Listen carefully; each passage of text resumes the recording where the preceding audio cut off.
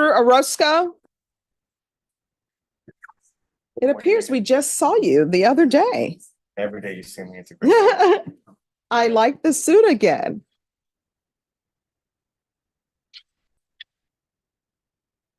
All right, what are we doing with Mr. Orozco? Well, Your Honor, the state has tendered an offer. We are respectfully declining that offer. So Okay, was the offer tendered today? Yes, Judge. Yes, Judge. How old are you, sir? I'm 34 years old, miss. All right, so what I do, I always give people a chance to think about the offer, especially when an offer is just tendered today. So what I'm going to do is I'm going to recall you for a plea deadline date, and then we'll set you for a jury trial date. So I'm gonna get. Pause right here. This moment is critical. The defendant just tried to bring up sentencing during open court, and that's a legal no-fly zone. Judges are strictly prohibited from hearing plea negotiations unless both sides agree. That's why you see the immediate shutdown. It's not attitude, it's procedure. One wrong word here could contaminate the entire case and force a recusal. This is courtroom chess, not small talk. All right, well, I was trying to ask him if I can get the 10 years. No, no. Yeah. The judge does not hear that. Oh, so here's the thing with, let me explain something to you. Wait a minute, stop, time out. Dude, I got light on. Time I got out. light. All right, we're gonna Light. send you out. So I want you to listen to me clearly. It is not my role to hear the facts in this case. What ends up happening, if you go to a jury trial, a jury will hear it. If you want a bench trial, then I will hear the facts of the case. That's how it works.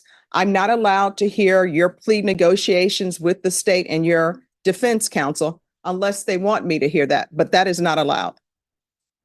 Here's the thing, sir. I understand that you're upset and that you want to be out. I don't know why you're not facing me. Because I'm mad, miss. Because Yeah. the SAPD lied to me and they've been harassing me for 2 years. So does he need an evaluation or no? I don't believe so, Your Honor. We've been effectively been able to communicate. Okay. All right. So here's the thing, because SAPD, according to you, lied to you, and because they treated you badly, that is no reason to disrespect the court. For example, the way you're treating me now, guess what? What if I were to say every inmate over there, because you treated me this way, I'm going to treat them badly, or I'm going to treat you badly because you're being disrespectful to the court? That would not be right. I don't do that. This is where frustration meets reality. The judge isn't dismissing his claims. She's drawing a hard procedural line. Allegations of police misconduct don't get argued emotionally in pretrial settings. They get raised through motions, evidence, and trial strategy. Translation? Being angry doesn't move the needle, but following the process does. This is a court saying, I hear you, but not here and not this way. So don't do that to me. Do not, here's the thing, do not come to this court putting something on this court that somebody else did to you, because I didn't do it. So what I am telling you, if you will listen, all right, take a deep breath and listen. The state and the defense, they negotiate, and the state offers whatever they offer. The defense will tell you what the offer is. I'm not allowed, because those plea negotiations are supposed to be confidential. I'm not allowed to get involved with that. I know from what you're telling me is that you want to tell me about your case and how these charges never should have been brought, or maybe they should be dismissed. At this point in the process, it is not my job to hear that. I'm not allowed to hear that yet, unless there's a motion to suppress, or unless you want to have a bench trial and you want me to hear it, or either I will hear it when you have a jury trial. That's what I'm trying to tell you. I understand the frustrations that people will have because you're at the jail. You don't feel like you should be at the jail. You don't feel like these charges ever should have been brought. You don't feel like this case should have been indicted if people just had the facts. I understand. I understand your frustration, but do not take your frustration out on the court. I try to move these cases as quickly as possible. You have been here on January 2024, and then your court-appointed counsel was ill, so he asked it to be removed. So Mr. Arguelles was appointed, and I'm sure he got on your case as quickly as possible. He's just finished a murder trial. The state just gave you an offer today. So what's going to end up happening, and I want you to hear me clearly, This is going to be recalled for March 25th. You can either accept or reject the state's offer. If you choose to reject their offer, what is going to end up happening is we're going to get you a jury trial as quickly as possible. That's how things are going to flow here. Is there anything else? Nothing for from the defense. All right, thank you. Deputy Laura, why must I raise my voice? You shouldn't have to, Judge. Yeah, I'm like, You know, Judge, sometimes that's the only way they understand. Yeah. that's what my mom would say with us.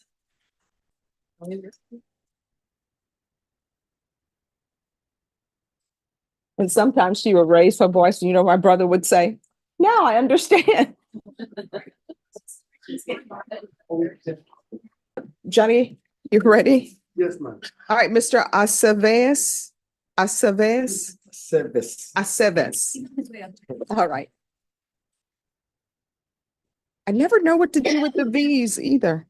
With what, ma'am? The V's, Oh, in the the V's, names to yeah. pronounce it correctly. It's always ve. Bay, Aceves. Okay. All right. How's everything going on probation? Pretty good, man. And how's the employment? Also, yeah, also pretty good, yeah. Okay, awesome. All right, probation. I know they're here for removal of GPS. Yes, Judge, in reviewing Mr. Aceves' file, it indicates that he's been in compliance with everything. He's doing really well. There's not been any it hasn't been any violations or anything with his GPS.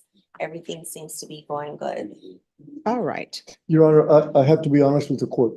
He did have a violation Saturday or Sunday, right? This Saturday. He was out. He should have been home at 2:00 or something. He thought it was later than that. So he went to Walmart, I believe. Yeah. And that was it. And he called him right away and he went back home. That was it. That's the only thing. And I wanted to be honest with the court because it's going to come in and I don't want the court to think I lied to her. Okay. So, Now, I appreciate your honesty. well, thank you. Yeah. And so he was at the Walmart. Yes, ma'am. Right, Walmart? Yeah, I was returning Battery charger. body charger that I wanted to return. Okay. All right. Your Honor, I would like to point out, though, the last time we were in court, you modified his conditions for 6 a.m. to 6 p.m. Monday through Saturday. So it may not be a violation that comes in. We have not received it as a violation. Okay. What time were you at the Walmart? 3 p.m. And Oh. that was for any purposes. Yes. It wasn't just for work or anything like that. So you were correct. And you're, yeah, No. I have it here. All So, this time from day one, not one, deleting this one, not one violation, Your Honor. yes. Yes. And I do have it on my docket sheet that it was for 6 a.m. to 6 p.m. That's for what I all thought, purposes. All right. So do you have any objections to removal of GPS? No, Your Honor, I did speak to Mr. Aceves briefly. He says that everything's going well with his new job. He feels like everything is going good. So we don't have any objections. at this All time. right. So And just like that, tone shift. This is what compliance looks like in the legal system. No theatrics, no outbursts, just consistency and accountability. GPS removal isn't automatic. It's earned. And notice how honesty about a possible violation actually helped, not hurt. That's credibility in action. The court rewards transparency far more than perfection. I'm going to remove GPS, but here's the thing. I know this is San Antonio. A lot of things are about to come upon us, mainly Fiesta. So don't get wild and crazy doing Fiesta. And remember, you're not allowed to drink any alcohol on probation. And I know Fiesta, it's an alcohol fest, let's be honest. Look, you can walk down the street, everybody booth has alcohol in it. Everybody has those long things with the alcohol in it. Don't get caught up in that, understand? Yes, I'm back. All right, so I really appreciate it, Your Honor. Thank you so much. oh, you're so welcome. Thank you. I'm glad you're on track and everything is working out for you. Of course, you have a great attorney. If anything goes wrong or if there are any issues, you can always contact your attorney. If you feel as though probation is not addressing something, you can always come to court and talk to the probation officer here or come to me. Yes, Your Honor. All right, so I'll order removal of the GPS. Thank you, Judge. All right. Okay, we'll be excused. Yes, we can, but I need to give you all another check-in day because I'm ordering removal of GPS, but I'm gonna have you all come back after Fiesta. Okay, So we'll come back. Let's, we're gonna have our own fiesta tonight, so tomorrow then. okay, all right. So we'll come back May 27th. Okay. Yes, ma'am. All right, do you need a reset form? No, ma'am. Okay. All right, so we'll be back on May 27th, all right? All right. Good Thank job. you. Thank you. And I like the new haircut. Judge, it's not nice to talk about hair in front of a bald guy.